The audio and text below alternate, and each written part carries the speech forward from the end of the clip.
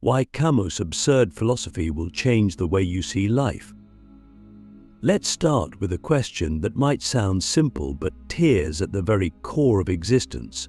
What if life has no inherent meaning, and yet we keep living it anyway? Not because we're oblivious or naive, but because doing so is the most radical act of defiance we're capable of. This question isn't just philosophical, it's emotional, spiritual, existential. And it's the very question that Albert Camus, the French Algerian philosopher and writer, spent his life confronting.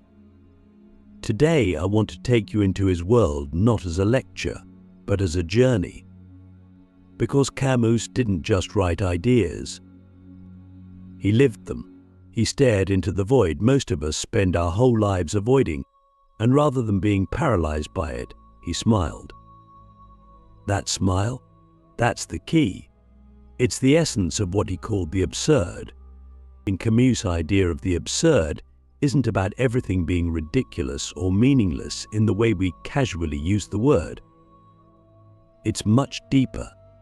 The absurd, to Camus, is the conflict between our desperate, burning need to find meaning in life and the cold, silent indifference of the universe.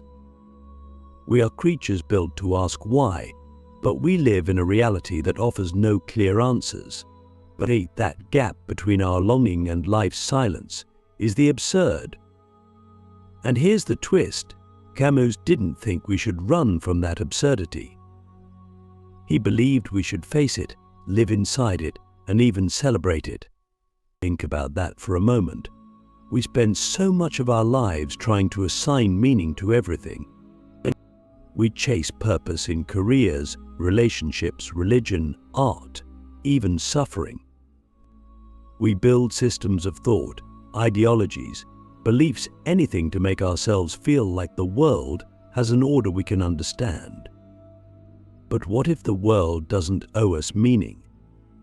What if it just is and we're the ones demanding it make sense? Camus saw this demand as the beginning of philosophical honesty. Because only when we admit the universe is indifferent can we begin to live authentically. Click subscribe to this channel to get more topics you love. You might be wondering, if life is absurd, why not give up? Why keep going if nothing ultimately matters? And that's the exact question Camus raises in the opening pages of The Myth of Sisyphus, arguably his most famous philosophical essay. He writes, "There is but one truly serious philosophical problem, and that is suicide." It's a brutal line, but not a hopeless one. Camus isn't encouraging despair. He's stripping away illusion. Before we can live fully, we have to face the truth, and the truth is that, in the grand cosmic scale, life doesn't come pre-packaged with meaning. It's neutral, silent. It doesn't explain itself. And yet, we are still here, still breathing, still asking. Rather than seeing this as tragic, Camus saw it as liberating. The absurd becomes a starting point, not an ending. If life has no given meaning, then we are free to create our own. Not in a shallow, choose-your-own-adventure kind of way, but in a deeply conscious, defiant way. Camus introduces the figure of Sisyphus, condemned by the gods to roll a boulder up a hill for eternity, only to watch it roll back down again. It's the perfect image of the absurd life, pointless, repetitive, unending. But Camus doesn't leave us in despair. He ends the essay with one of the most powerful lines in all of philosophy. One must imagine Sisyphus happy. Why? Because in that moment, Sisyphus becomes aware. He accepts the absurd. He stops longing for the gods to rescue him or for his punishment to make sense. He owns his fate. He embraces the struggle. And in doing so, he transcends it. This isn't blind optimism. It's rebellion. It's saying, I see the truth, and I choose to live anyway. That's not weakness. That's strength. That's freedom. And this is where Camus' philosophy starts to change how we live. Because once you see life through the lens of the absurd, everything looks different. You stop expecting life to be fair. You stop waiting for things to make sense. You stop needing a cosmic purpose to start living with intensity, love, and creativity. Instead, you start asking, if nothing is guaranteed to matter, what will I choose to make meaningful anyway? What will I do? Not because it's required or rewarded, but because it's beautiful, human, and mine. Camus isn't telling us to give up on meaning. He's telling us to stop outsourcing it, to stop begging the universe to hand us a script. He's saying, write your own. And when you think about it, isn't that the most honest kind of life? A life where you don't wait for permission to feel joy, to create art, to build love, to chase dreams. A life where you know there's no ultimate scoreboard, and so the only thing that matters is how deeply, how courageously, how authentically you choose to live each day.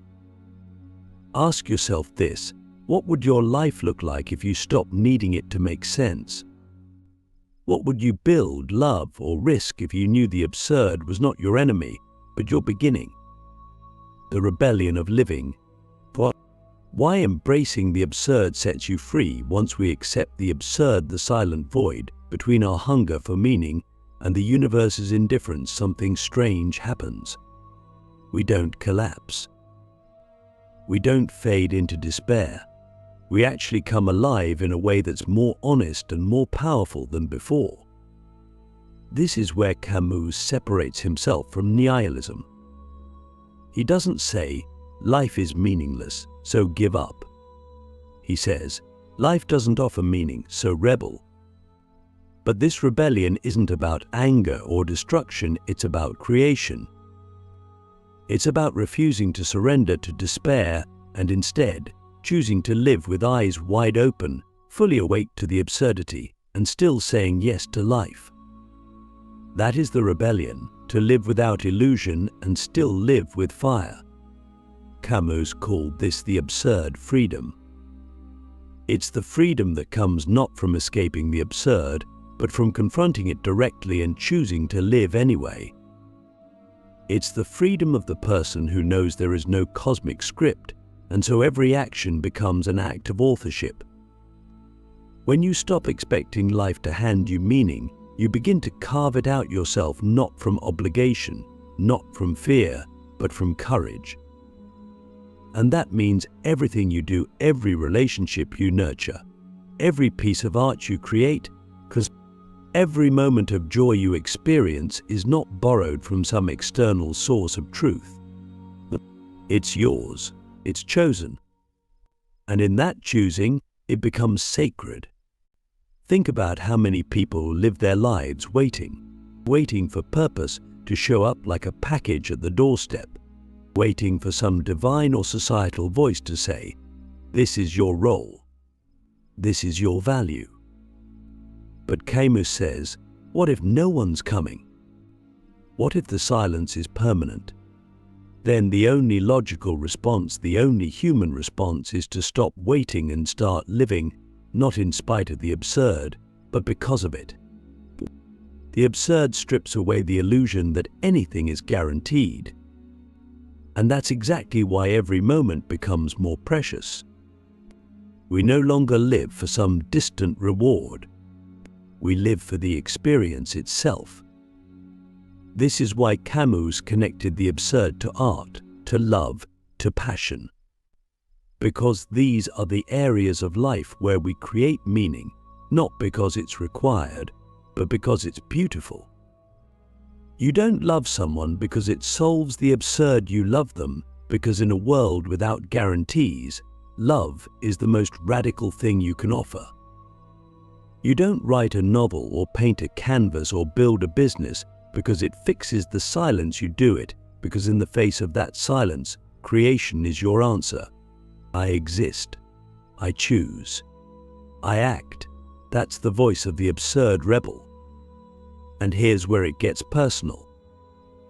If you really internalize Camus' philosophy, you start to see that freedom is not found in certainty, it's found in the ability to live without it. Most of our anxiety comes from needing life to make sense. We want control, order, justice. But Camus says nothing guarantees those things. And yet, we can still be just. We can still act with integrity. We can still love wildly. Not because it's required, but because we choose to. That's what makes it powerful. The thief who steals because life is meaningless is not free. But the person who gives, who loves, who creates in the face of meaninglessness, that person is truly free. Because their actions are not driven by fear or hope of reward, they're driven by the raw, defiant joy of being alive. So here's a question that might shake loose something inside you. What would your life look like if you stopped needing it to be fair, or meaningful, or explainable, and instead focused on what you could give to it? What if you stopped searching for life to validate you, and instead decided to validate life through how you live? That's the rebellion Camus is talking about. Not a rebellion of destruction, but of creation. Not a rejection of life, but an embrace of it. An embrace that says, even if the universe is silent, I will not be. Even if nothing lasts, I will give it everything I've got. This isn't the end of meaning, it's the beginning of a deeper, more personal one. A meaning not handed down, but forged in fire.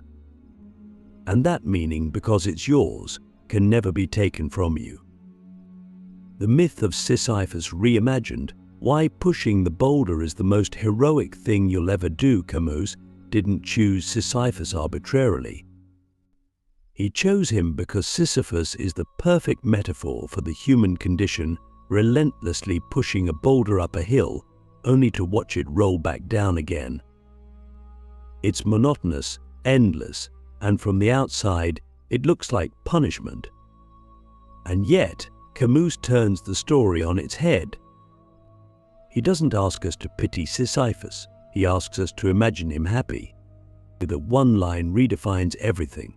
In it, Camus dares us to reconsider the meaning of effort, the dignity of struggle, and the nobility of continuing without hope of final victory. The absurd life is not about escaping the boulder, it's about embracing the push. Most of us live with the fantasy that someday we'll push the boulder over the hill and it will stay there. That eventually we'll arrive at success, at happiness, at peace.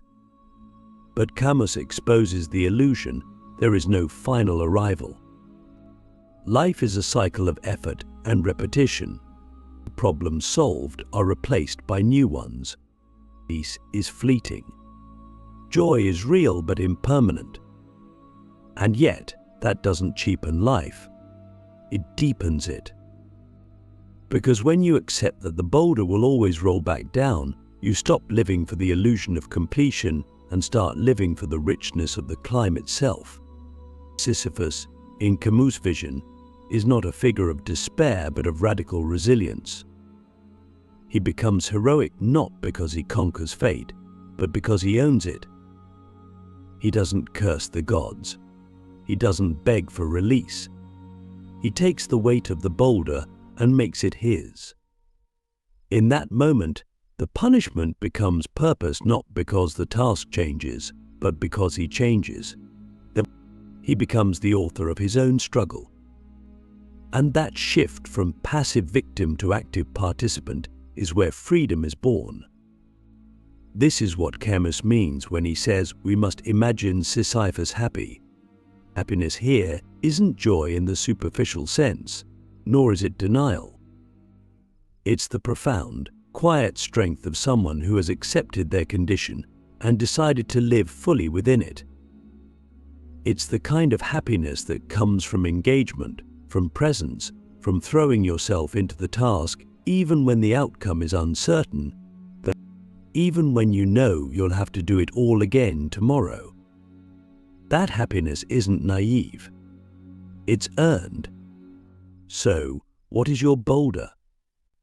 Maybe it's a job you show up to every day, knowing it won't make you rich or famous, but you keep showing up anyway because it feeds your family, or shapes your character, or simply because it's yours. Maybe it's a creative project that the world doesn't understand, but you do it anyway because it brings something alive in you. Maybe it's a relationship or a personal discipline or a struggle with mental health. Whatever your boulder is, Camus would say the same thing: don't wait for it to disappear. Don't waste your life trying to escape it. Instead, meet it, own it, and in doing so, transform it. What makes the absurd heroes so powerful is not that they win, but that they never stop engaging.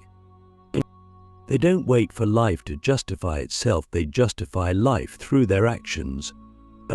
And in that, they find a kind of meaning stronger than any illusion could offer. It's the meaning of choosing to keep going, of waking up every day and saying, I will push, not because I have to, but because this is what it means to be alive. Ask yourself, what would change if you treated your daily struggles not as signs of failure, but as proof of your defiance? What if the fact that you keep going, even when it's hard, even when no one sees it, is the most heroic thing about you? We often think of heroes as those who conquer dragons or lead revolutions. But Camus shows us a quieter kind of heroism, the kind that lives in repetition, in persistence, in the refusal to give in to despair. The kind that keeps pushing the boulder, not because it will ever stay at the top, but because the act of pushing itself becomes a triumph. And maybe, just maybe, that's enough. Maybe that's everything. Living without appeal, how to love life when the universe doesn't answer back. One of the most radical truths in Camus' philosophy is that life offers no appeal. There is no higher court to which we can bring our suffering, no divine tribunal where injustice is corrected, no cosmic voice to tell us, you did well. The universe does not explain itself. It doesn't justify our pain or reward our virtue. It simply is, and for many that silence feels unbearable. We want the world to speak back, to recognize us, to validate our existence. But Camus asks us to do something more difficult, more courageous, to live fully without ever expecting an answer. To live without appeal is not to live without passion. In fact, it's the opposite. It means learning to love life not because it's fair or orderly or kind, but because it's immediate, vibrant, and ours. It means refusing to treat life as a transaction where we give and expect something in return. Instead, we give because giving is itself meaningful. But we act not because of what we hope to get, but because of who we choose to be. In this way, the absurd doesn't diminish life, it purifies it. It burns away the false hopes, the illusions of cosmic justice or final understanding, and leaves us with something raw and real, the present moment, and our freedom within it. When we let go of the expectation that life will explain itself, we begin to experience it directly. The small pleasures, the warmth of sunlight, the sound of laughter, the rhythm of breath become enough. The acts of kindness we offer, the risks we take, the love we give, they no longer need to be justified by any grand narrative. They are justified by the fact that we chose them, that we stood in the silence and still said yes, and that yes, repeated again and again in the face of absurdity, becomes a kind of quiet revolution. Camus believed that to live absurdly is not to give up on meaning, but to stop outsourcing it. It's to recognize that the world may be silent, but we are not. We speak, we create, we choose, and in that choosing we become the authors of meaning rather than its passive recipients. We stop waiting for life to tell us what we are worth, and instead define that worth through how we live, how we love, how we endure. That is the essence of living without appeal. It's not cold detachment, it's passionate responsibility.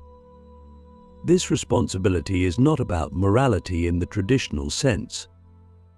It's not about following rules or seeking reward. It's about authenticity. It's about living in alignment with what we value, even if no one notices, even if the universe remains indifferent. Camus called this revolt not a violent rebellion, but a constant, steady refusal to surrender our humanity to despair. A refusal to let the silence of the universe silence us in return. And in that revolt, we reclaim everything that makes life worth living: dignity, courage, love, creation. So ask yourself this: if the universe never claps for you, if no God ever thanks you, if no cosmic scoreboard ever records your sacrifices, would you still choose to live with integrity? Would you still love deeply, create boldly, give generously? Because if your answer is yes, then you are already living the absurd life Camus envisioned. You are already free in the deepest sense. Not because the world makes sense, but because you've stopped waiting for it to. Camus does not offer comfort, he offers clarity. He doesn't promise answers, he offers strength. And what you find, when you finally stop demanding meaning from life, is that meaning begins to flow from you.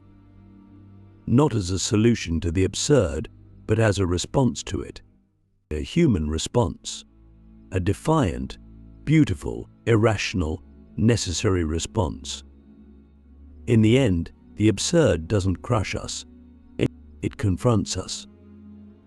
And in that confrontation, we discover the most profound truth of all, that life's value doesn't come from what it gives us, but from how we choose to live it, even when it doesn't answer back, especially then, because in that silence we find our voice.